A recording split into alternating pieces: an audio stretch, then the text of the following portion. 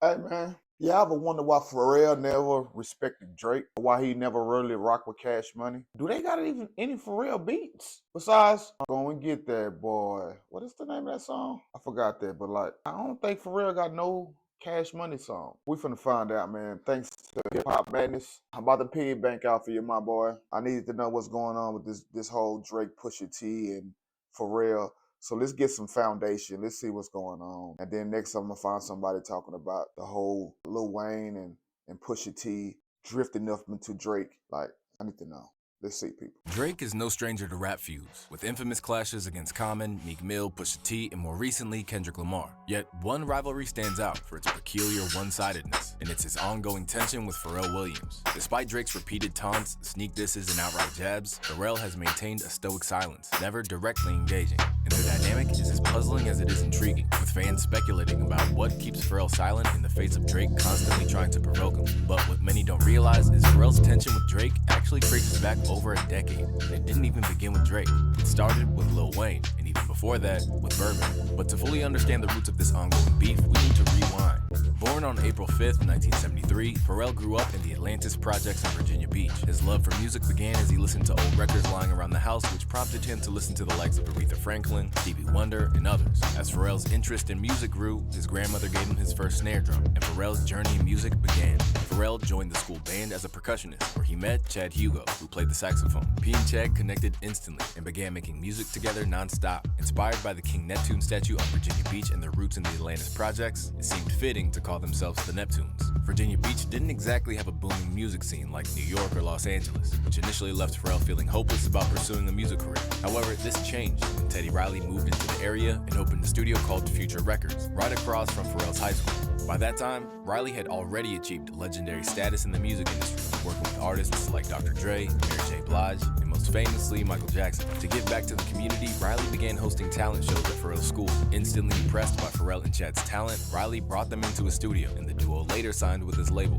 Pharrell soon found himself contributing to Riley's work on the record Rump Shaker by Rex and Effect, which earned him major writing credits for his contribution. And from there, his career began to really take off. Under Riley's mentorship, the duo honed their craft and quickly became some of the most sought-after producers and writers in the music industry. They collaborated with artists ranging from Gwen Stefani and Justin Timberlake to Snoop Dogg, producing over 24 songs that reached the US Billboard Hot 100 charts. By 2001, Pharrell and Chad Hugo had established their own label imprint, Star Trek Entertainment. The label became home to an impressive roster of talent, including Khalees, Robin Thicke, and Teyana Taylor, as well as a joint venture with Snoop Dogg's Doggy Style record label. And most notably, Star Trek signed the rap duo Clips. The Clips. I love the Clips. What happened to that boy? Pharrell's and Chad's innovative production style was gaining serious attention far and wide, including from none other than Birdman, who wanted to capitalize on the fresh, game-changing sound the Neptunes were bringing to the table. The song, What Happened to That Boy, came to fruition as the Cash Money and Star Trek camps came together on one of the biggest songs of the year. The track's infectious production and unconventional flows from both Birdman and Clips made it an instant hit. While the track was a success, it also became the starting point for Pharrell and Pusha T's long-lasting beef with Cash Money. Basically, Birdman, who is notoriously known for being frugal with his money, reportedly never paid Pharrell or Chad Hugo for the instrumental of What Happened to That Boy. This financial slight would create the divide between Pharrell and the Cash Money camp. From that point on, tensions escalated between Birdman and Pharrell and their respective crews. This included Pusha T and the rest of Clips on one side, and Cash Money artists like Lil Wayne on the other. The situation worsened in 2005 when Lil Wayne entered the picture. He initially asked Pharrell for a Millionaire Boys Club outfit to wear in a music video, but Pharrell refused, still understandably bitter for not being paid for the What Happened to That Boy beat. Undeterred, Wayne purchased the clothes himself and rocked them in his video anyway. In the 2006 Smack DVD video, Wayne even doubled down by rocking Bape, another brand Pharrell had deep ties to through his friendship with Japanese designer and owner Nigo. To top it off, Wayne flaunted his all Bape look on the cover of Vibe magazine to continue getting back at Pharrell. The feud escalated musically in 2006 when Clips and Pharrell responded with the track Mr. Me Too. The song took direct shots at Wayne, with No Malice delivering the cutting line, "Bite the style from the shoes to the watches," and Lil Wayne didn't hold back in his rebuttal. In the now infamous 2006 interview with Complex, he dismissed Pharrell outright, saying, "Who the f is Pharrell? Do you really respect him? That wore Bapes and y'all thought he was weird. I wore it and y'all thought it was hot. Come on now." Then walked around with that looked like you. Y'all thought he was crazy. If I did it, y'all gonna think these are killers. After dissing Pharrell, Lil Wayne continued a beef that was already 5 years old. However, Pharrell never officially responded to these remarks. Understandably, Clips defended Pharrell, but the beef would be dormant for a couple of years, until a newcomer entered the industry. Drake and Pusha T's feud is one of hip-hop's most storied rivalries, marked by years of subliminal shots, direct disses, and moments that shook the culture. However, not many people know it was a part of a larger beef between Pharrell and Cash Money, because after Drake signed to Cash Money Records and was deeply loyal to his mentor Lil Wayne, he found himself inheriting the beef with Pusha T. Push set his sights on Drake in the track Don't diss track built on Drake's own Dreams Money Can Buy beat, after Pusha felt Drake subbed in with this line. In the song, Pusha fired multiple shots, including a jab at Drake's lyric writing and a critique of his unwillingness to confront Kanye West and Jay-Z directly. The rivalry continued for a while, with sporadic shots traded between the two on various tracks from 2013, but the beef reached its boiling point in 2018 when Pusha released Daytona. The closing track, Infrared, reignited the feud by accusing Drake of relying on ghostwriters. Drake quickly responded with Duppy Freestyle, which, as Duppy we all know by now, prompted Pusha T to... Yo, on some real shit, Duppy went hard. Duppy is a hard. It just got undercut by realness, by real news in real time. Drake got a kid? What, nigga, you ain't told the world you got a kid, nigga? What, that ain't your girl? She a porn star? What the, a corn star? What? I don't even care how his rap pattern was and what he was, man, shit, that's way more important. Drake, you lose. But Duppy was hard. I ain't even gonna released arguably one of the most brutal diss tracks in hip-hop history with The Story of Adidon, resulting in Drake's first public L. But this is where things start to get interesting, because 3 years on from Drake's 2021 feud with Pusha, after the passing of Virgil Abloh, Pharrell was named the new creative director of Louis Vuitton, and this didn't sit well with Drake. During a transformative period in his career, Pharrell launched one of the world's... Hold on, why would you say that didn't sit well with Drake? How would you know that? Like, what? Did Drake say that to somebody? Like, how would you know that inside, like, in his brain to say that because he got Louis Vuitton, that made Drake mad and he didn't like that? How are you able to pull those strings together? And you're an outsider, and how are you able to say that so comfortably? Like, I don't know. First online auction platforms, which he named Jupiter. The inaugural auction, titled Son of a Pharaoh, was a tribute to his father, Pharrell Williams, and featured a curated collection of items that carried monumental significance in hip-hop history. Among the pieces up for bidding were several iconic chains from Pharrell's time in the music and fashion industry. These included his Billionaire Boys Club pendant, a symbol of his groundbreaking clothing brand, his NERD chain, representing his legendary music group, and even a solid gold Sony PSP. Before the auction, these artifacts were displayed in New York City on October 15, 2022, before being sold later that month. Pharrell announced that the proceeds from the auction would be donated to Black Ambition, an initiative he founded to support Latinx and Black entrepreneurs, particularly women. And thanks to this noble cause and the incredible value of the items up for sale, the auction was a massive success, grossing over $5.25 million, most of which came from an anonymous buyer. Shortly after this auction in 2022, Drake and 21 Savage dropped their collaborative album, Her Laws, which included Drake's solo track, Jumbotron Poppin'. In early 2023, the music video for the song sparked controversy as it prominently showcased Pharrell's iconic jewelry and auctioned items. From start to finish, Drake flexed these pieces, making it clear he had purchased nearly every notable chain from the Son of a Pharaoh auction. The video was filled with shots of Drake flaunting Pharrell's chains, a move seemingly intended to taunt him, and despite his deliberate effort, Pharrell chose to keep it classy and not respond to Drake's antics. Bro. Later in 2023, Drake took the rivalry further Drake on the track Meltdown on Travis Scott's album Utopia. This time, Drake dissed both Pharrell and Pusha T with the lines that made his intention. Yo, Drake is savage, my nigga. Drake is savage. Amazing. Drake is savage, bro. Drake is a savage. He be low-key. I know they be hurting niggas inside when they be... Damn, I can't talk. I know they be hurting niggas inside when he hit them with lines and only them know it. Oh, that hurts. And the rest of the world don't know, but you know, oh, that hurts. Nigga flown the chains. Oh, that's crazy. Crystal clear. My schedule is out. Come spin us. For real. Man, forget all that spinning the narrative stuff. I melt down the chains that I bought from your boss. Give a damn about all of that heritage stuff. Now, Drake obviously doesn't hold back here, with fans speculating that his emphasis on the words... Hold on, Drake. What you mean you don't give a fuck about that heritage stuff? Like, so what does that supposed to mean? Like, oh, because the Jews is heritage, because it's a... Okay, I get that. Maybe that's what he mean, y'all. Maybe he's not meaning like what I think he mean. For real was a subtle nod to Pharrell, especially since he immediately launches into a diss aimed squarely at Pusha. But why Pharrell though? Like, what did Pharrell do to you? Oh, he didn't give you a beat. He wouldn't work with your ass. That's probably what it is. Drake like, oh, the nigga ain't gonna work with us? Fuck him. Just fuck him then, nigga. T. Drake taunts Pusha by referring to the jewelry he bought from Pharrell's auction, mocking Pusha T by calling Pharrell his quote-unquote boss. And since Pusha T was signed to Pharrell's label Star Trek early in his career, Drake uses this connection to demean both Pharrell and Pusha, diminishing the significance of Pharrell's jewelry by threatening to melt it down, a statement underscoring how little he values Pharrell's legacy and heritage tied to Pharrell's contributions to hip-hop. But Drake didn't stop there and followed up with even more jabs, delivering lines like, "Since V not around, the members done hung up the Louis. They not even wearing that stuff. Don't come to the boy about repairing some stuff.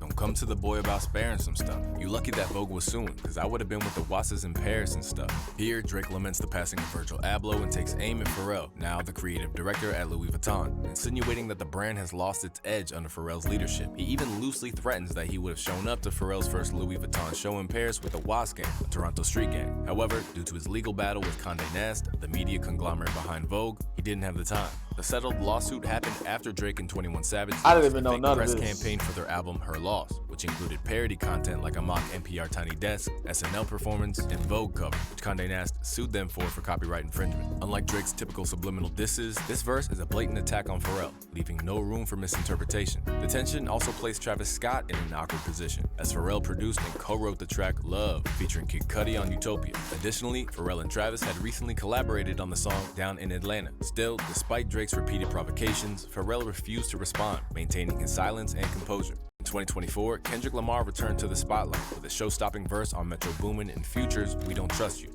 On the track Like That, Kendrick teased his reemergence, but it wasn't until Drake dropped Push-Ups that the gloves came off. Kendrick fired back with his first direct diss track aimed at Drake titled Euphoria. In it, Kendrick spits, "I don't like you popping stuff with Pharrell. For him, I inherit the beef. Yeah, forget all that pushing P. Let me see you push a T. You better off spinning again on him before you think about pushing me." Here, Kendrick shows his loyalty to Pharrell, making it clear he's stepping in to defend him after years of Drake's taunts. By saying he inherits the beef, Kendrick draws a parallel to how Drake inherited Lil Wayne's feud with Pusha T. The Pushin' P line works on multiple levels, referencing both the Gunna and Future hit Pushin' P and Pharrell's nickname, P. Now, at this point, this feud has drawn in some of hip-hop's most influential figures, with Drake, Pusha T, Pharrell, and Kendrick at the center of a battle that blends legacy, personal grievances, and creative rivalry.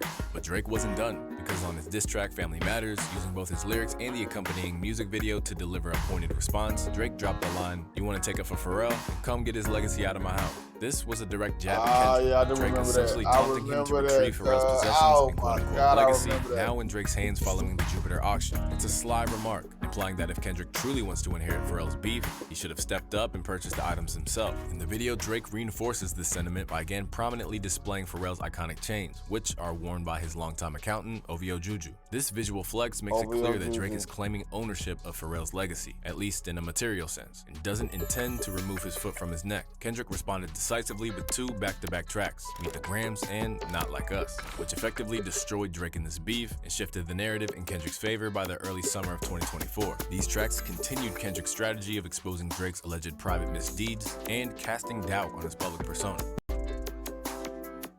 Pharrell, who had remained silent throughout this feud, finally broke his silence indirectly. Just weeks after Kendrick's diss tracks, Pharrell released Double Life, a song from the Despicable Me 4 soundtrack. While the track was written for a children's movie, the lyrics raised eyebrows as they seemed to address many of the issues Kendrick had brought to light about Drake. The song contains lines like, "Hey, what are you hiding? What are you doing when you're gone? Your life, double-sided, two-faced like coins. What side do I get? Which side are you on?" These lyrics were widely interpreted as Pharrell calling out Drake for leading a quote-unquote double life, with Pharrell basically questioning Drake's authenticity, How you suggesting know he this, isn't the bro? person he presents to the public. The track continues with, "Some of your dirt has come to light. Why were you speeding up that hill until the brakes come off? And someone saw you in a fight. Am I right?" Here, Pharrell seems to acknowledge and confirm the rumors Kendrick exposed. The chorus alludes to Drake's jet-setting lifestyle and suggests that his reputation is now hanging by a thread. "You got cars to drive, plenty of jets to fly. When will you arrive? You're running out of time. Don't you see that everything's on the line?" Considering Pharrell's history of maintaining Hell nah, they Double reaching, Life bro. stands out They as an man, unusually y'all pointed reaching, response. bro. His response, delivered through a song for a children's movie, aligns with his ethos of non-confrontation while still addressing the situation Hell in his nah, own way. nigga. And whether Y'all intentional or reaching, not, bro. Double Life added another layer to this decade-long feud, and it's a move that perfectly encapsulates Pharrell's ability to respond without compromising his reputation for peace and professionalism. Pharrell Williams is a man of many roles. The creative director at Louis Vuitton, a key partner with Adidas, the founder of a skincare line, an advisor to Nigo's brand Human Made, and he's still a prolific music producer for artists across the industry. His ventures span far beyond music, even including a unique biographical collaboration with Lego to create a movie about his life. With so many business partnerships and creative endeavors, Pharrell has mastered the art of maintaining a clean track record and preserving his relationships. And this was on full display during a recent GQ interview, where he accepted the award for Fashion Designer of the Year. When questioned about his reluctance to address controversies, Pharrell offered a thoughtful and philosophical response. Silence is an exercise. Allowing your work to speak for you is an exercise. Being okay with the fact that most people are going to miss it. Being extra okay with the fact that the people who don't miss it, who decide they want to act like it was their idea, they're going to get very loud about it, and they're going to get the credit for it, until some of the real sleuths out there will be like, nah, here go the receipts, and you wait on that, but you stay in silence. You don't say nothing. As Pusha says, if you know, you know. Later during the interview, the discussion turned to Drake's purchase of Pharrell iconic jewelry during the Jupiter auction. It's a good video. Asked about the sale, Pharrell downplayed its significance and dismissed any personal great attachment video, to the bro. items. You never realize how much all the stuff you have weighs on you, but it does. You don't know until you get rid of it. The muscles in my back, now they work without straining. And you let that go, man, you feel so free. At this point, when the interviewer pressed further, referencing Drake's purchase, Pharrell's response was remarkably calm and concise. Here, Pharrell continued to project an air of indifference, even calling Drake a quote-unquote fan and highlighting his obsession for hip-hop memorabilia. At the heart of all of it, he's a fan of music. He's a fan of the history of what it is, and I happen to be a part of that, and those artifacts are a part of that. Now, Drake's fascination with hip-hop history is well documented. He was once an active member of the Neptune's online forums in the early 2000s. He even spent $200 on a microphone signed by Pusha T. I know Something that, I odd know Pharrell that. seemed to allude to. And when the interviewer brought up Drake's disses on Meltdown and Family Matters, Pharrell's lack of concern remained steadfast. And then he was rapping about melting the jewelry down and saying, come get his legacy out of my house and all that stuff. How did that strike you? It didn't. When you let things go, a huge part of it is actually letting go. Not just of the physical item, but letting go of your connection to what it's supposed to mean, or the memory. That was the purpose. Despite Drake's repeated attempts to beef, Pharrell remains unbothered, focusing instead on his broader legacy and responsibilities. It's a sharp... Alright, man, we're gonna hear it out like that, man. Y'all be easy, man. I fuck with Pharrell. Pharrell a good nigga, man. I don't know nothing about Virgil, but I know about fucking Pharrell, cuz, you hear me? Hey, man, say, man, Mr. Pop shit. I'm loud and I'm wrong. Sometimes I'm quiet because I'm high as fuck. Going on some of that good Texas marijuana supplements, fake weed, like, forgot, I'm in Texas. I don't smoke marijuana, I'm lying. Have a good day. I make this shit look easy. I make this shit look easy. I make this shit look easy. I make this shit look easy. I see what I like, then I go out and get it. I make changes, that's why I'm different. I see it before it happens, that's vision. Telling myself I know I like